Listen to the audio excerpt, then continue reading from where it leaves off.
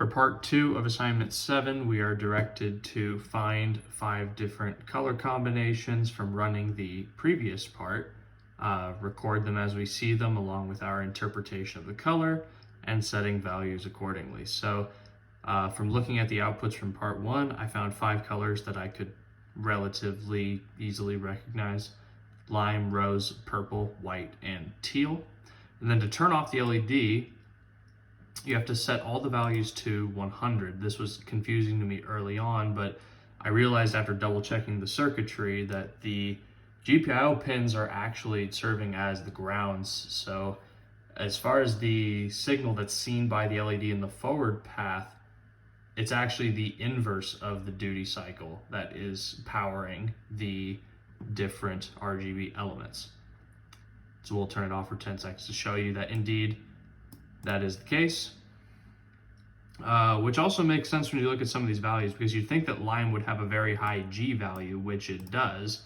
Blue is actually off in this case, and red is barely on, so it's just kind of tinging the green a little bit to make it lime.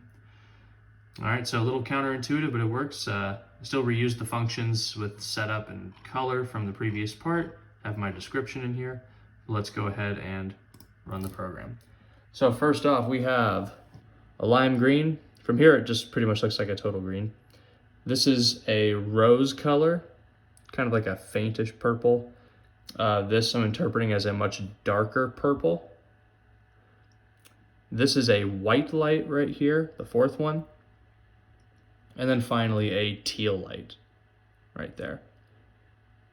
And then indeed the LED is off when you set all of the PWM pins to 100% duty cycle. So now let's watch as it restarts.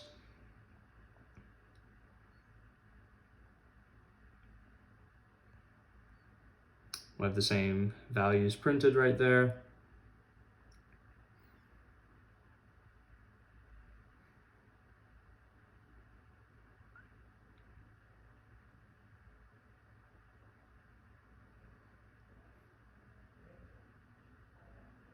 All right, there you have it.